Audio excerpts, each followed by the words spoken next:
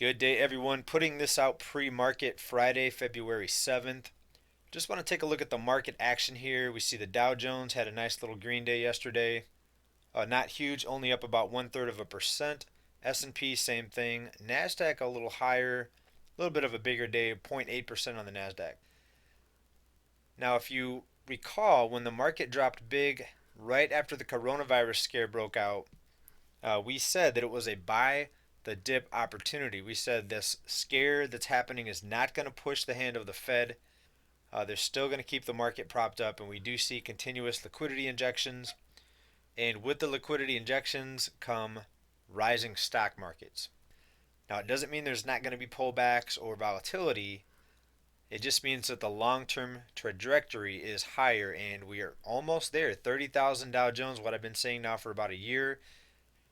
And I wouldn't be surprised to see it hit 32,000, maybe even 33,000 by the end of the year. S&P 500 has already met the target that I started putting out last year, 3,300. The magic wand is out there and it's being waved very heavily.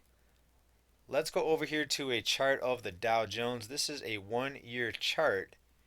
And again, we see it here. Every dip was bought up, continues on to new highs. And this most recent dip right here, this is where we said bought, right after this virus scare.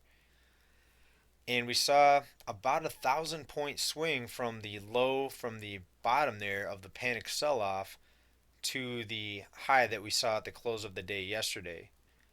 Now, will it be in the green today? Maybe not. Maybe we'll get a pullback, but eventually it'll be bought and will continue on to new highs. So the 1,000-point swing there from that panic up to the highs again, that was a good buying opportunity. I'm not recommending this or anybody doing this, but this is what I'm doing. I think it's obvious. I think it's easy money. And I'm not betting big. I have to mention that. I'm not putting more than 5% in these markets right now because I think there's a lot of forces out there that want to see the market crash. And I feel that this is largely being propped up for political reasons. And you saw, if you did see the State of the Union address, that was very interesting. It's been all over the news as far as the paper tearing at the end. Pelosi tore up the speech. Right? It's been so well publicized, I'm not going to talk about that. But about the first 1/3 of the speech was all about the economy. The president hammering all different numbers into the public. The all-time low unemployment rate for minorities and certain select individuals and groups. Women making up about 70% of the new jobs under President Trump. And I heard a few different YouTubers talking about that. The fact that most of the jobs and a large portion of the jobs, 70% of the jobs, are going to females is not necessarily a good thing. And yes, there is good news in that if you're looking for a job. But just the fact that females can't be at home with their family should tell you something. I mean, how many of these females are getting a job because their man, or the man of the house, the husband, significant other, because the man doesn't make enough money to support the family? And he did go on for a long time about the stock market, right? So essentially, he's trying to buy popularity. He's trying to buy the vote. And both parties are doing it. So Trump's going to come out with tax cuts. He's going to remind everybody how well their 401k has done under this manipulation. The other side, the left, they're going to talk about we're going to forgive your debt, forget student loan debt, raise taxes on the corporations and the rich, and essentially try to get a little bit of class warfare going on, probably a lot of class warfare. And if somebody like Bernie Sanders wins, we could see some big volatility in the market because this whole manipulation that's been happening, this whole scheme, could come to an abrupt end. And even, not just if he wins, but even the possibility of somebody like Bernie Sanders winning could cause havoc in these markets. And that's another reason why I try not to bet too big. And the trades that I talk about here in this channel, again, they're not big trades. Even if the market crashes to zero, I'm only taking a small haircut. But not everyone is taking the same approach. I had a viewer of this channel messaged me over on Twitter saying he made over $6,000 on this buy the dip here after the panic and then the surge to new all-time highs. So the fact that he made that much money in a 1,000 point swing in the Dow Jones tells me he was betting pretty big. And I'm happy that he did that. But again, I just want to remind everybody nothing that I say here should be recommendations. And just to be clear, this person didn't say he did the dip buy because of me, but he just wanted to point out that he was on the same page as far as what I was saying, that this is going to be buy the dip, continue on to new highs. It's pretty obvious. Anyone that's paying attention should be able to see this. It's so easy. All right, another one that we called was this hockey stick pattern and this massive spike or bubble in Tesla.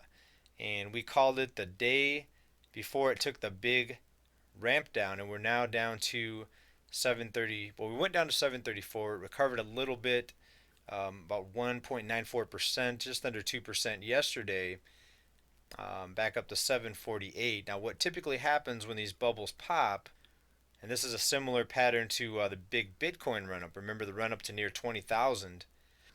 And here we are 2 years later, Bitcoin still hasn't recovered. And I feel the same thing is going to happen to Tesla. Now, I could be wrong because there's so much manipulation happening right now. Even something that seems impossible could still happen. They did it once, they could do it again. But let's take a look at a 1 month chart here. Now that the big sell-off has occurred, you may see a run-up again with shorts that are covering, for example. And then when shorts cover, the price begins to tick back up and people start jumping back in because they think it's going to go on to new highs. And I don't think that's going to happen. I think we have seen the peak in Tesla. And again, it may test those highs again, but I do see a downtrend going forward. All right, we'll have to see how that plays out. And really all I'm doing is looking at the pattern and the fact that there has been mass hysteria in the stock. And hysteria is what typically happens when a bubble is created. We saw hysteria in the housing market back before the housing bubble went bust. We see it in certain stocks. We saw it in Bitcoin. Another big winner yesterday was Twitter. Twitter's up over 15% yesterday. And I would be buying put options right here. I actually think I'm going to buy a put option because I think that this is going to go back down. It may see a few more green days, maybe not.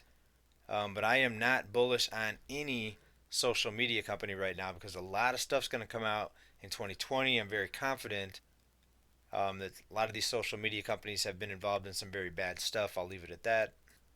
And let's finish up here with Deutsche Bank, up over 13% yesterday. The life support is being pumped into the patient. Let's go out to a 5-year chart here. And even on a 5-year chart, you can see this is a significant move. We had seen a pretty steady downtrend for several years there up until that last surge yesterday.